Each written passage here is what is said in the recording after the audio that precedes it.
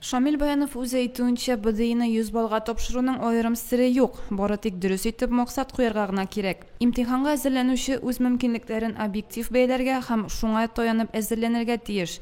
Нинди чыганаклар кулланырга икәнен һәркем үзе хәл итә дип аңлатты ул. Бу безнең инде яратканыбыз килә, нигә алайым, чөнки без аны яратабыз, бу безгә биология укыганда, тем более игрә әзерләнгәндә бик кирәк булды.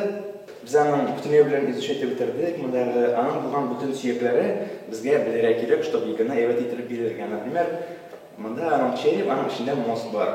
Ну, Сережаның уже аның юк инде. Рәсми мәгълүматларга караганда, Россия буенча быел биологиядән БДИ биргән 109 мең укучыдан нибары 65 генә 100 балл җыя алган. Шуның берсе Мөслим егете.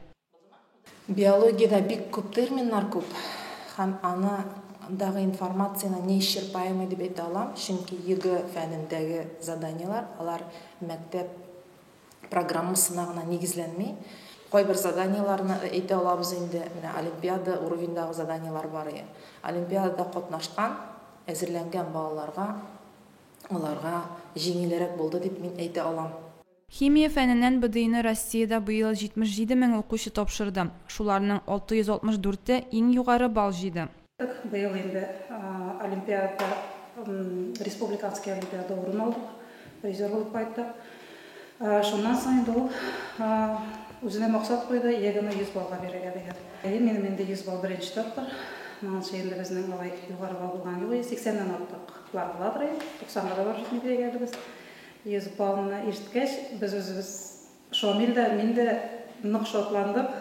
Шамил укыган 11 Б классындагы 7 укучы мәктәпне аерым үрнәктәге аттестатка төгәлләде һәм медальгә лаек булды. Бу класстагы укучылар республика илкүләм узган бәйгеләрдә югары нәтиҗәләр күрсәтеп килде.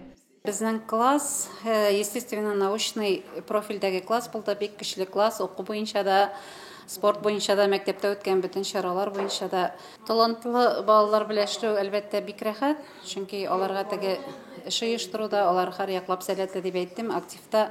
Икенче яктан инде йолдызлар белән эшләү читенрәк тә, чөнки һәркем лидер булырга омтыла, һәркем шундый үзенчәлекле шәхес, менә аларны бер коллектив итеп туплау, бер юнәлештә бару инде әлбәттә класс җитәкчесеннән күп осталык сорый.